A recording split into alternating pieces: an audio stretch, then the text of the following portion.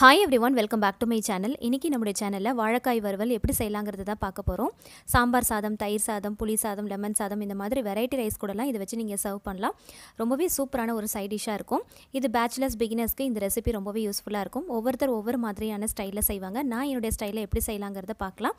இந்த ரெசிபியோட வீடியோவை நீங்க பார்க்கிறதுக்கு முன்னாடி நம்முடைய சேனலை இன்னும் நீங்க சப்ஸ்கிரைப் பண்ணலனா மறக்காம சப்ஸ்கிரைப் பண்ணிக்கோங்க. and பக்கத்துல தெரியுற பெல் பட்டனை கிளிக் பண்ணி அதல ஆல் அப்படிங்கற நோட்டிஃபிகேஷனும் கிளிக் பண்ணி வெச்சுக்கோங்க. அப்பதான் நான் என்னோட ரீசன்ட் அப்டேட்ஸ் எல்லாமே உங்களுக்கு உடனடியா கிடைக்கும். நீங்களும் மிஸ் பண்ணாம பார்க்கலாம். சோ ரொம்பவே டேஸ்டியான இந்த வாழைக்காய் ஃப்ரை ரெசிபியை எப்படி செய்யலாம்ங்கறத பார்க்கலாம் வாங்க.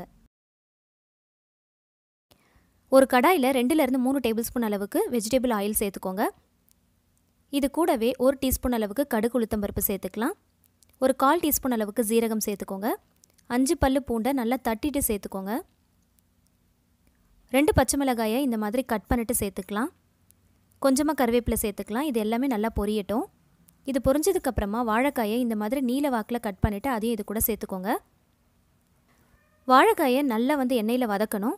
இப்போ இது கூட கொஞ்சமா பெருங்காய தூள் சேர்த்துக்கலாம். உங்களுடைய காரத்துக்கு ஏத்த போல மிளகாய் தூள் சேர்த்துக்கோங்க. நான் 1 டீஸ்பூன் அளவுக்கு சேர்த்திருக்கேன். 1/4 டீஸ்பூன் அளவுக்கு மஞ்சள் தூள் சேர்த்துக்கலாம்.